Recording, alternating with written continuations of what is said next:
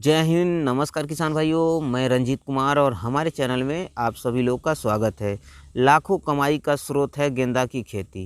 गेंदा की खेती कब और कैसे करें, संपूर्ण जानकारी आप लोगों को मिलेगी। वीडियो में लास्ट तक आप लोग बने रहिए। जैसा कि किसान भाई आप लोगों को बता दें कि साल में 3 बार गेंदा की खेती किया जाता है। साल में 3 बार आप गेंदा की खेती कर सकते हैं और उसका टाइम क्या है वो भी आप लोगों को सारी जानकारी आप लोगों को दूंगा। बस वीडियो में लास्ट तक बने रहिए।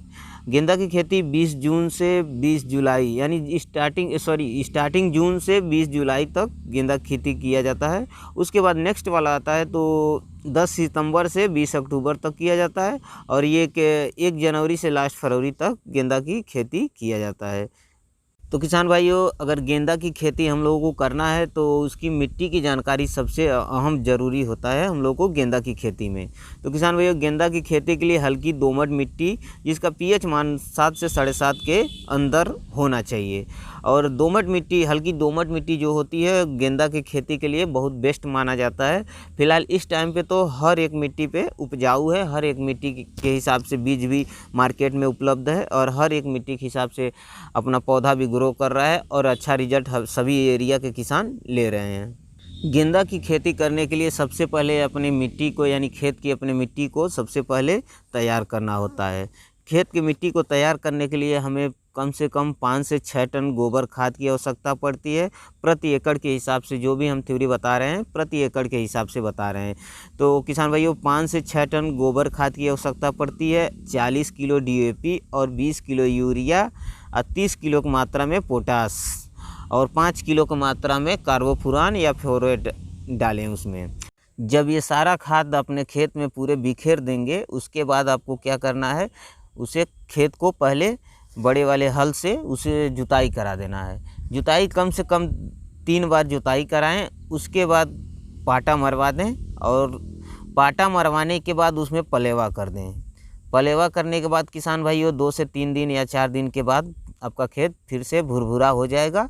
और भुरभुरा होने के बाद अगर ठंडी सीजन में आप कर रहे हैं तो कम से कम आपका 10 दिन लग जाएगा खेत को भुरभुरा होने में। 10 से 12 दिन 15 दिन भी लग सकते हैं। अगर वही गर्मी सीजन में कर रहे हैं तो आपका 3 से 4 दिन में खेत भुरभुरा हो जाएगा। उसके बाद आप रोटावेटर से जुताई करवा दें। रोटावेटर से जुताई कराने के बाद उसे कियारी बाई कियारी आप बना दें। कियारी कितना बनाना है पूरी जानकारी दूंगा, बस वीडियो में लास्ट तक आप बने रहिए। और आपको बता दें गेंदा की खेती में कम से कम 4 या 5 दिन पर पानी चलता है नमी के अनुसार। जैसे नमी हल्का कम होने लगे तो फिर पलेवा कर दें। तो किसान भाइयों, अगर गेंदा की खेती के लिए हम लोग को कियारी जो बनाना है, कभी मेंढी टाइप का कियारी बनाएं, ऊंचा स्थल डाल के, मतलब ऊंची तरह से कियारी बनाएं ताकि पानी ज़्यादा जमाव ना हो और नमी भी न जाए। इसके हिसाब से हमें कियारी बनाना है। उसके पहले किसान भाइयों, जब आप जुताई करा रहे हैं खेत की गोबर खाद सारा डाल के खेत में बिखेर के आप जुताई करा रहे हैं, 3 जुताई हल से कराइए। उसके बाद उसे बराबर करवा दीजिए। उसके बाद आपको क्या करना है, उसके बाद आपको खेत के चारों हिस्सा से, मतलब पूर्व पश्चिम उत्तर दक्षिण ईस्ट वेस्ट साउथ नॉर्थ, चारों तरफ से आपको मक्का लगा देना है।